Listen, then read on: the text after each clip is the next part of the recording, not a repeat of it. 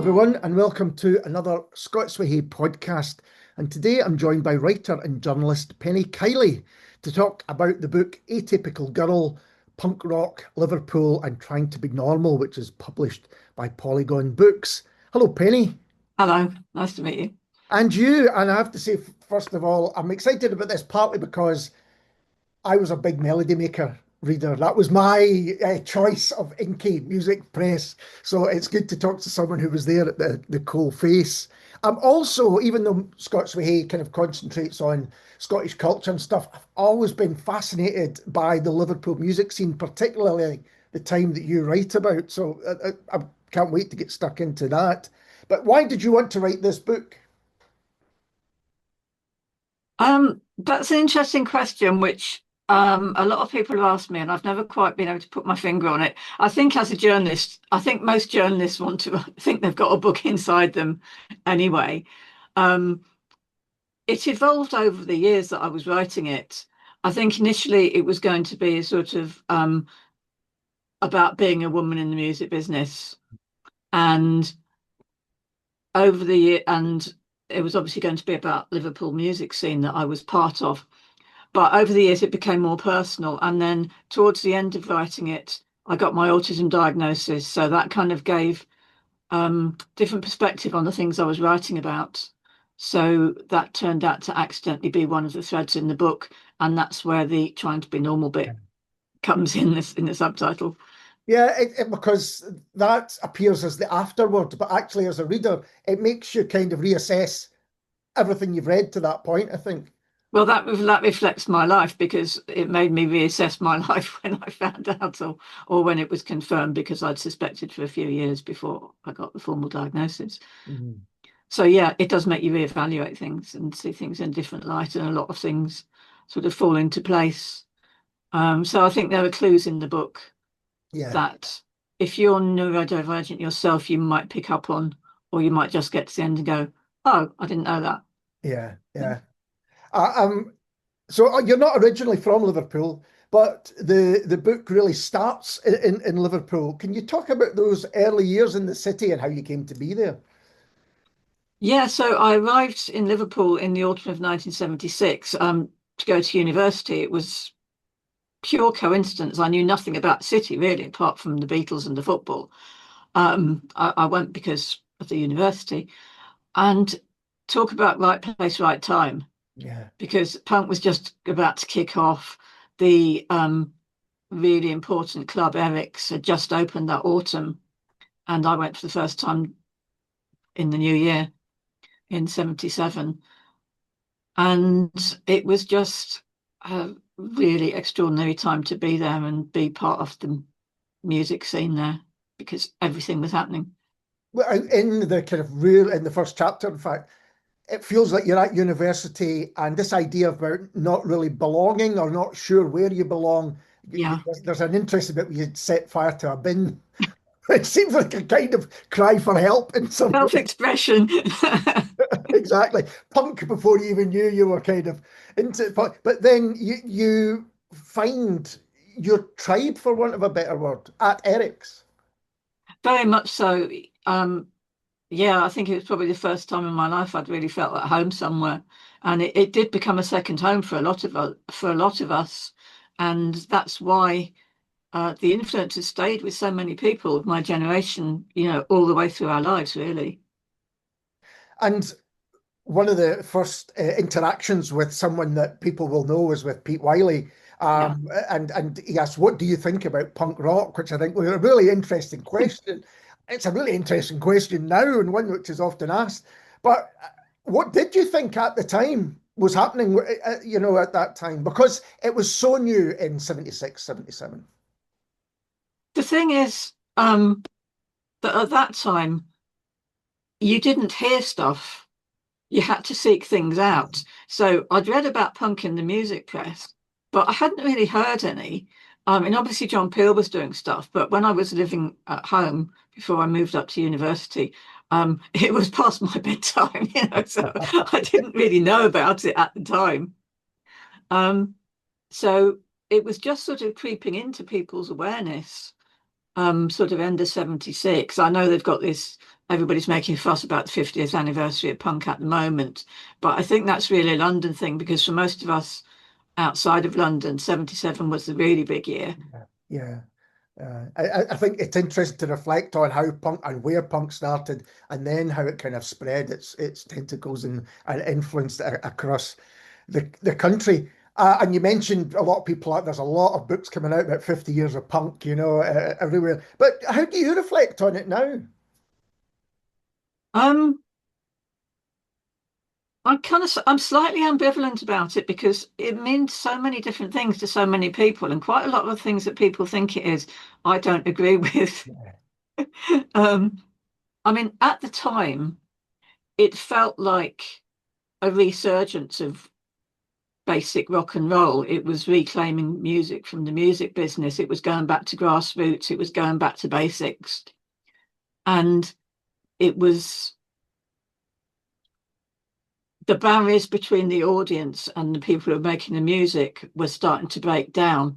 And that was really exciting, because the first wave of rock music had got a bit old and stale by that point, as I'm sure you'll remember. So it felt very fresh and very new and very exciting and very empowering. Um, And those of us who were there in that first wave, I think, are quite purist about it. Yeah. And we would say that what was happening in that first wave was really punk. And what people think of as punk now actually really wasn't. I think folk could argue about that for quite a long time, and probably Yeah. will. Yeah. But that's where I'm coming from with it. Yeah, I've got a friend who argues that there was only one punk album, and it was the Pistols album, and after that, there's all sorts of these arguments which go on. Yeah. But I think what was happening in Liverpool was particularly interesting, and we'll go into detail in a minute. But actually, there's a couple of sections in the book where you talk about how to be a punk, how to dress like a punk, how to become one. But was that kind of important to kind of signify who you were and what you listened to through the way that you dressed? Yeah, I mean, I don't think it's really I don't think it's really like that these days. But I Mm, mean, back in the 70s and 80s, um, musically things were very tribal, and you did choose which tribe you belonged to. very much so. So there was that. I mean, I write about how I reinvented myself in the summer of 77 in the book. And part of it was, I can't carry on going to punk gigs looking like a hippie, because I was like totally immersed in punk in my head. So I just want, as you said before, it was all about fitting in. But also it was self-expression. It was about just being part of that tribe. So we had fun with it. This was before there was a punk uniform. I mean, people didn't have mohawks at that time. Mm, Hair gel had not been invented. yeah. People were finding inventive ways of making their hair stand up. But the whole kind of mohawk and leather jacket and thing just came quite a lot later. So people were being really inventive and creative. And if you look at the photos of us now, they don't look like what people think punks look like. Yeah. But we were having fun with it. And that I was just when you mentioned tribes, it's true. I think these days there's more kind of fluidity. There's maybe, people mix and match, but then it was very much, at our school, and you had your goth, you had your mods, you had your skins, Yeah, all that. and never would the twain kind of cross over. But Eric seemed like a place where perhaps you did get a bit of crossover. The thing about the thing about Eric's is, like, there are quite a few people who were there will say now, I was not a punk, but I was a member. Hmm. Um, the really great thing about Eric's was that it was run by three people who really loved music, and they conceived of it before punk hit. So it was never intended to be a punk club, although from the outside people did start to talk of it in that way. And Roger Eagle, particularly, who promoted the bands, he was already really well known as a promoter. He basically invented Northern Soul in Manchester Right. some years earlier. So he was a very influential figure. He had really eclectic taste, and he passed on that really eclectic taste to those of us who went to the club. Because yes, he put on all the punk bands that were on the touring circuit, but he put on loads of other stuff as well. And he loved roots music and all kinds of different things. So we got a really well-rounded musical education there. And I think that's why all the punk and post-punk bands that came out of Liverpool were actually so different and interesting, different from each other, different from everything else that was going on, because we weren't just channeled into one thing. We had horizons broadened musically, I and I think completely you can see that in all the music that came out of that scene. I completely agree. I think that's why I'm so drawn to it. And actually, what your book does is kind of explain why you had, regulars, Eric's who are mentioned, Ian McCulloch, Bunnymen, Pete Burns, Dead or Alive, Paul Rutherford, Frankie Goes to Hollywood, Yeah. Julian Cope, Teardrop Explodes, Bill Drummond, and on and on. These are quite sophisticated bands that did very different things with their music, experimental things often with their music. You wouldn't necessarily think of them of punk at perhaps post-punk, but not really think of them at all in that way. But they all all those people went through punk and were punks for a while and Yeah, had that punk attitude. But for example, if you read Will Sargent's first memoir, he devotes one chapter to punk out of the whole book. And he basically says, punk happened, it changed everything, then we moved on. yeah. And that's what's interesting about them because they imbibed that attitude and then they moved on. And that's the important bit. And do you think that was the case, that punk was almost a short, sharp shock to everything else that was going on musically in Britain in particular? It certainly was for us, yeah. We should make clear that Eric's, we've been talking about it, Eric's was a kind of club in Liverpool, which has now got a legendary status. Yazoo album upstairs at Eric's, for instance, it references that. Um, but you say it opened just as you were arriving in Liverpool, really. That's right, yeah. So to be in Um, there at the start, how exciting. yeah, I think they did a sort of handful of gigs before Christmas in 76, which I hadn't been in the city long enough to know about. And then I met Pete Riley and he told me about the club and I started going in early 77 and it just it grew very quickly. So they were putting bands on all the time. I forgot what I was saying now, but never mind. But was there a range of bands? Again, I'm thinking back to how eclectic the musicians who came out of it became, and the music they made was. Was there some of the gigs that were put on? Were they quite diverse? Yeah, I was chatting to a friend the other day, and they said the first gig they saw at Eric's was John Martin, which is not what you would expect from No. Punk Club. And there was rockabilly, roots reggae, R&B, Zydeco, all kinds of different things, as well as the punk acts. Yeah. Although you could argue that John Martin had a punk attitude, You could without a argue that, doubt.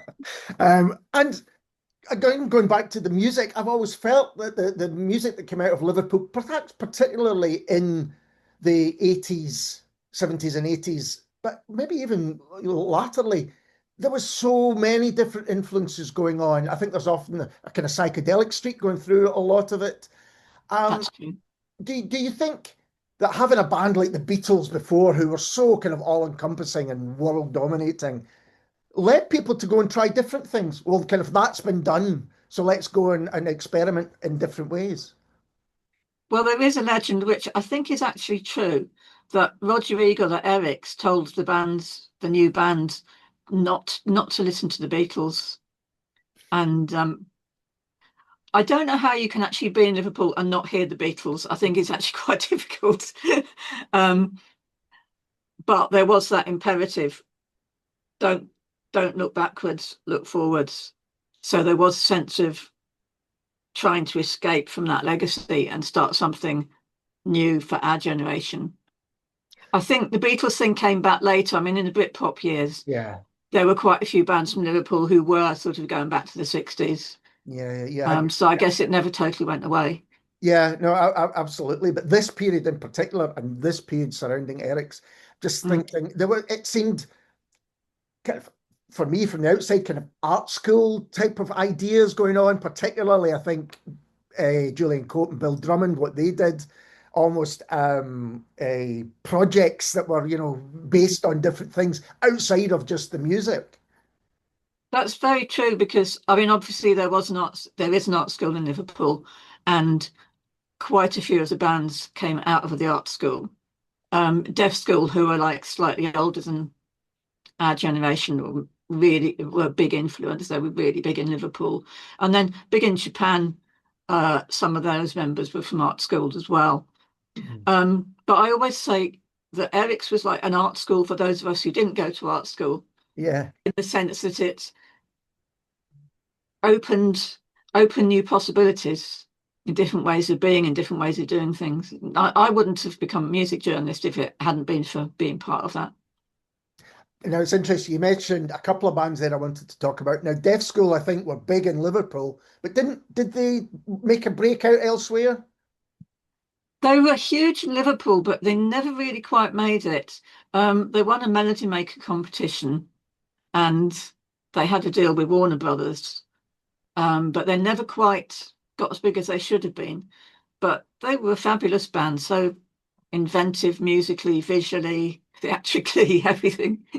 Yeah, I think every city and probably town has a band like that who, the local support is huge, but no one outside of the place knows it. And now you also mentioned big in Japan. In fact, there's a couple of bands that I think have got almost mythical status from around that time. Big in Japan were one, and the Crucial Three were another. Could you talk about both of those? Well, big in Japan is they're always talked of as a supergroup in reverse because nearly everybody in that group went on to become famous, like Ian Brody from the Lightning Seeds, Bill Drummond from KLF, Holly, um, thank you goes to Hollywood, Jane Casey, who's become a real mover and shaker in the Liverpool art scene. Yeah, Um, and they were kind of like the house band at Eric's for a while because yeah, they were one of the first. And they were obviously like total seamsters because they looked amazing as well. yeah. Um, the They weren't actually very good, but they were important. The Crucial Three, on the other hand, were one of the many imaginary bands that existed at that time, that existed either in somebody's front room for a couple of days or maybe even just in their head. There was a lot of talking about, in the early days, there was a lot of talking about being in bands and a lot of thinking up really good band names Mm. before people actually got round to really going on stage and doing it. And it was Pete Wiley. Who were the other two in the Crucial Three? I Julian forgot. Cope and Mac. Yeah, yeah. I had a quick Google before we were going to talk, and it in the Wikipedia thing it says they formed in May '77 and they were finished by June '77. And that kind of That sounds perhaps was about even right. shorter than that. It was maybe even shorter than that. But these people were really important to what was going on. And again, this idea of ideas being as important almost as the music. Yeah, very much so. Now, you've mentioned Jane Casey there, and Jane appears a number of times throughout the book. Can you talk about the importance of Jane Casey? Because again, that's someone that maybe not everyone's heard of. Yeah, so Jane was one of the singers in Big in Japan alongside Holly Johnson.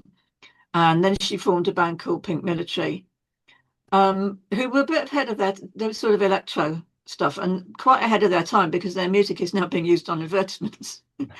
So people are starting to like their stuff, many years later.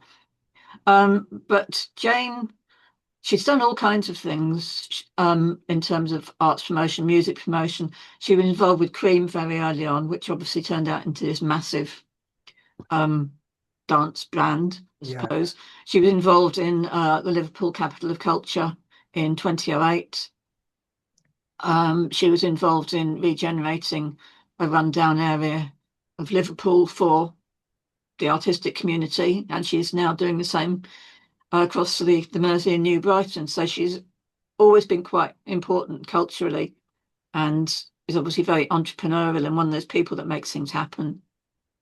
And you mentioned at the beginning that originally the book might have been about being a woman in music journalism. And I think we will have a wee chat about that as well. But other women involved in punk, because they kind of, before punk, there wasn't that many musical genres where women were central. But this Mm, time, there were a few that were definitely central to it. yeah. You've got, for instance, Susie Sue, the Slits, the Raincoats, Pauline Murray. How did you feel yourself being a woman in and around the punk scene in Liverpool Yeah. at the time? And polystyrene, of course, another Of course, one. yes, absolutely. Very important. Um, it felt at the time as if punk was opening doors for women. I think I put in my book, punk was opening doors, or maybe we just kicked them down. um, because there were very few women role models before that. And then suddenly here were women doing music their way, being women their way, um, questioning how women presented themselves, questioning women's place in the music business. And it was really very exciting. And I was, like many of us, I was disappointed when that didn't go on forever after Yeah, punk. yeah. I mean, there's no doubt that all of the women we've mentioned were absolutely doing it on their own terms. There wasn't some kind of Exactly. male Svengali looking after this was them doing it for themselves. And how did you be? So let's talk about moving into journalism. First of all, how did you get involved with writing for the Melody Maker? I decided I wanted to write for the music press. It was the only thing I was interested in doing. Um, so I started writing reviews for the university newspaper. And then the Melody Maker advertised for staff. I think they realised they needed some younger people working for them to keep up with the other weeklies. So I got interviewed for a job with Richard Williams, the then editor. Mm, He didn't offer me a job, but he asked if I would be their Liverpool freelance. So of course I said yes. So it was really good for them because there was so much happening, and this was early 79. There was so much happening in the city that needed writing about, and I was in the right place in the right time. So it just worked out really well. and it seemed to me that that's another thing that punk influenced was we know it influenced right across arts and culture, but in the music press previously, you had a kind of old grey whistle test kind of feel to the people who were writing and what they were writing about. And then you've got people like yourself coming through, and even in other papers like Sounds, you had a much more kind of vibrant style of writing and about these new bands, which perhaps would have been ignored previously. Did you feel that it was part of a new group? Yeah, it felt like we were part of a new generation because Yeah. I mean I grew up reading the music press in the 70s. Like all music fans, we religiously went out and bought them all every week. But a lot of the star writers came out of the sort of 1960s counterculture, Mm, which was fine, but that was then. yeah. This was a different period. So yeah, we were a new generation writing about our stuff. I mean, I started about the same time as Paolo here at the Melody Maker, and both of us we just had this attitude that we only want to write about women interested in punk, and if it's not punk, we're not interested in it, and we don't like it. I mean, we both moved on. I think Paolo probably moved on before I did because he became a mod. But Yeah, that's right. But there was a few writers that I'm just now thinking, would Danny Baker have started around about that time again? Because he was yeah, involved in the probably. punk scene in London, I think. Well, he was involved with Sniffing Glue fanzine, Yeah. which was obviously really influential in the London scene. So just in the well, let's take Melody Maker. Was there a kind of tension between the old and the new? I don't think so. I think they realised that they did need to expand and let us in, and because they would lose readers if they didn't. And this was a kind of well, for me, it was a golden age of the music press. There was a number of different publications. I think you also wrote for Smash Hits, I wrote for Smash Hits for a while as well. Yeah, which is another take on doing it. mm. And again, a lot of interesting writers writing about pop, I guess, more than kind of punk bands. But how long were you writing for the Melody Maker for? Well, I started in 79 and it sort of petered out in the mid 90s. There wasn't any big falling out. It was just the people who commissioned stuff moved on and you lose that Yeah, working relationship and I had other things going on. sure. So yeah, it was nearly 20 years, I guess. Well, yeah. And had you seen over that period of time, obviously, there's a theory you've got in the book, which is, I don't know if it's your theory, but it's about how music often goes in cycles. I think That's right. Yeah. 11-year cycles is 11 kind of. years. Not my theory. I'm not Yeah. sure who originated it, but the theory is that music goes in 11-year cycles. So 1955, rock and roll, 1966, psychedelia, 1977, punk, 1988, house and rave.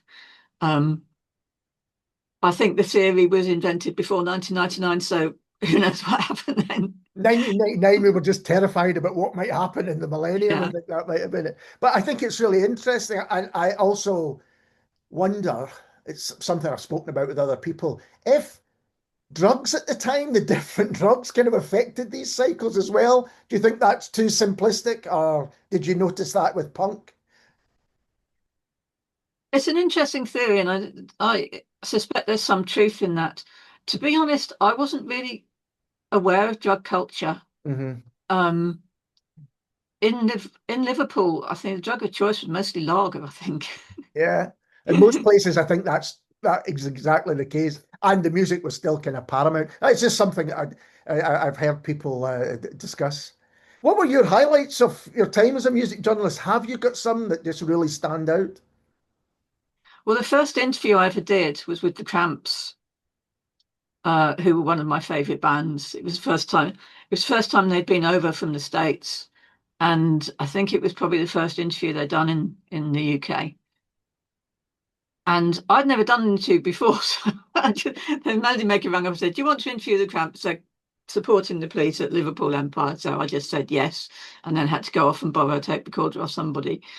Um, and they were actually they were great to interview because they were so new and they had things they wanted to say. So all I had to do was basically ask them a question. They were off telling me everything, getting everything off their chests that they wanted to say about themselves and their place in the music business.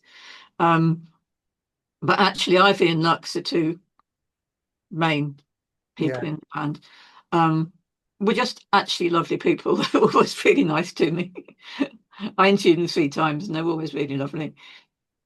You've got that kind of slight stereotype now that I was talking to someone about the Glasgow Barrowlands, and they've written a book on the Glasgow Barrowlands, and the staff there say that the most well-behaved and polite crowd are the heavy, heavy metal, the heaviest of metal. And Yeah. I think that's often true about music. The more extreme the look or the kind of Mm. sound, if you like, the kind of nicer the people often are. Is that what you've found? I think that's true. I mean, Lux Interior on stage was a total wild man, and I wouldn't have wanted to get in his way because became this thing. But off stage, off stage, he was really nice. He became this thing's a great way of putting it. Because almost, I mean, my memory of first seeing the Cramps was like, it was almost extraterrestrial. It was almost different to everyone else in the building. Oh yeah, they were extraordinary. So full of spirit. I mean, they called it rockabilly voodoo, and that's fair Yeah, enough, really. absolutely, yeah. A interesting thing that popped out the book was that you were a fan of orange juice, kind of local heroes around this way. What was it about orange juice that appealed to you? I loved Orange Juice. So I went to see them at club gig in Liverpool fairly early on. I didn't really know much about them. I'd heard one track on a cassette that the NME had put out, Blue Boy, I think it was. And they came on stage, and I just instantly fell in love with them. There was something different. They kind of they sounded like all the things I'd known and loved in the past, but they'd thrown it together in a different way, and they were kind of apologizing for being shambolic, but the being shambolic was just part of the charm as well. And um, they just became like my favorite band for quite a long time after that. I think it's interesting because the kind of legacy of punk in Scotland is I think quite particularly in Glasgow is different to a lot of other places. But I think the influence of the attitude and the DIY Yeah. was still there, but perhaps not the fashion or the actual music itself. And I think what happened with Postcard Records, Orange Juice, and other bands as well, you could kind of see that happening. Oh, definitely. It's very much punk as an attitude rather than punk as a genre. Yeah. And to me, the attitude is the important thing in terms of the legacy, not I all the can, other stuff. So yeah, Orange Juice were a punk band, of course they were. yeah, I completely agree. And again, it goes back to all those brilliant bands that came out of Eric's. You know, it was the attitude rather than the music, because actually the music was kind of really different across the way. Were there Liverpool bands that you felt never got the attraction that they deserved, the attention, sorry, that they deserved? There was always bands that didn't make it. Um, I've mentioned a few of them on my book, Benny Profane, The Onset, St. Vitus Dance, who were actually from Belfast, but they became part Yeah, of the Liverpool scene. Um, so many of them. And I don't, you never know how things are going to work in the music business and what's going to take off and what isn't. When I was working for the Liverpool Echo, I had A&R people, A&R men, because there were always men, A&R men ringing me up, asking me, what's happening in Liverpool. And I'd tell them about my favourite band, and they'd say, yeah, I know about them. It's not what I'm looking for. So I'd yeah, say, what are you looking for?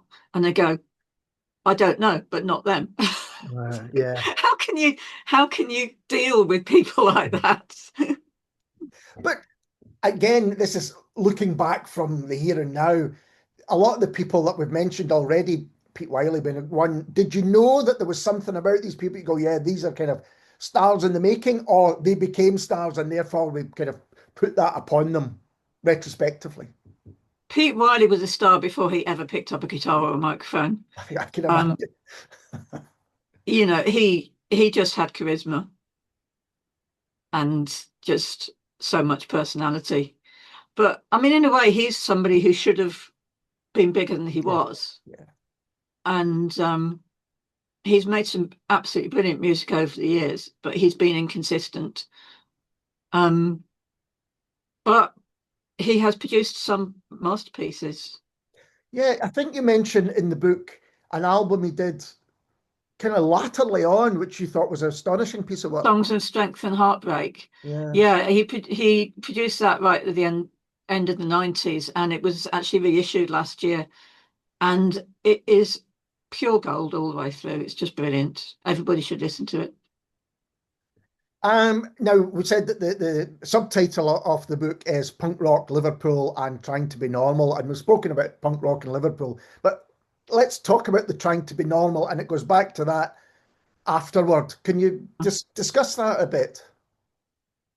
Um, yeah, so in the afterword, I explain about my late diagnosis as being autistic and how that kind of made sense of my life, and also explains why all the way through the book I'm feeling like an outsider. I mean, there's lots of reasons. I felt like an outsider because I was a southerner in a northern town. I Yeah. felt like an outsider because I was autistic in a neurotypical world. I felt like an outsider because I was a woman in the music business. But yeah, the autism didn't help with all that. Yeah. But And was that, I've come to terms with that now. I was going to ask, was that a kind of relief to get that Oh diagnosis? yeah, very much so. And because right, you say right through the book, there's a person there who is right from the early university days, just I wouldn't even say trying to fit in, but just feeling that they didn't fit in. Yeah, I'm definitely feeling I didn't fit in, but also trying. You're right. And not trying very well. I mean, I didn't realize till I finished writing the book or started editing it. I've got all these chapters called How to Be a Punk, How to Be a Hack, How to Be this, How to Be that. And then I realized that this actually ties in with what's known as autistic masking, where you're trying to put on a neurotypical persona to fit into whatever context you're in. So I didn't realize till quite late on that a lot of the book's actually about reinvention and identity. And so that's another thread that goes all the way through it.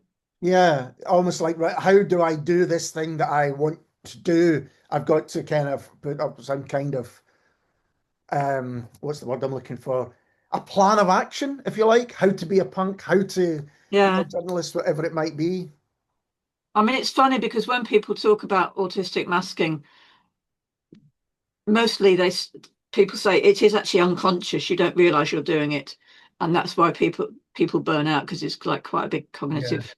cognitive load. Um, so yeah, there is the unconscious bit, but there's also the bit where I realise in the story, if I need to be working function in this environment, then I need to do this, this, and this. And so I try and do that, and then it doesn't. It never really quite works. Something always cracks somewhere along the way. And in writing the book, do you reflect? How do you reflect upon those early years in Ericsson, kind of your part in it? Did it change how you thought about maybe yourself and also what was going on then? Um, I think it made me realise how much I was an observer Mm, rather than a participant. I mean, when we asked Will Sargent for a quote for the book, and they've used half of the quote on the front cover, which is really nice. But the first part of the quote said something about Penny was always part of the furniture at Eric's. Just sort of, so I was just quietly lurking really and watching what was going on. And I think most of my time in Liverpool, I was quietly lurking, watching what was going on. I think that makes for good journalists, though, isn't it? To be kind of slightly in the background, but you never wanted to be on the stage. You never wanted to be on that side of things. Um, there are always times when you're young when you think, oh, wouldn't it be great to be in a band? Or wouldn't it be great? I was stage struck as well. I loved the theatre as well. Mm. And there's always a little bit of that. And I think we've all got an inner show off. And I've had to reactivate my inner show off because I've been doing a book tour. It's totally out of my comfort zone, Yeah. but um, it's actually quite a fun thing to do now and again. And you were an extra in Chariots of Fire, is it? That's right, isn't Chariots of Fire? So there is that kind of idea about performance as Yeah. well. Yeah, I mean, it's fun dressing up and being somebody else. It's one of my favorite films. Where would I spot you in it? So there's one thing quite near the beginning where they go to a cinema and there's a newsreel about some of the sports teams that they're up against. And that was filmed in a little theatre on the Wirral. And I was dressed as a cinema usherette. Oh, And I am, you can't really see me, but I am actually there right at the back in the cinema. great. I wanted to say there's also, you put together these fantastic playlists on Spotify. That must have been fun to do. I couldn't resist it. I mean, I read a lot of music books, Yeah. and I think all music books should come with the playlist. And because my book's in four parts, I made four playlists, and I think probably the first one is the one that most people have listened to. But I mentioned so many records Yeah. actually in the book, so I thought, well, I will just make a playlist with everybody I've mentioned, and it actually turned out to be several hours worth. Yeah, four lengthy playlists. But actually, when I was reading the book, it was great because you could go and refer to the track. I mean, there's a lot of tracks that I didn't know. So before, to kind of refer to the music and see how it fits in. And again, as much as it's reading the book, listening to the music shows the kind of diversity and reach of what was happening at the time and beyond. Yeah, it's a playlist. The playlist is pretty eclectic. Yeah. Even the stuff during the punk era, which is all sort of contemporary. Some of the other playlisters have moved around a bit more, but even the first one, um, lots of different styles of music going on at the same time. Yeah. So now that this book is out and you're talking about it, um, have you got something else planned? Have you got other publications? Well, I'm still working on my Substack, which I've been doing for a couple of years, and that's called Penny Kiley's Music Writing because what it says on the tin. Um, it's basically me showing my archive journalism. Is that the one you started when you were 50?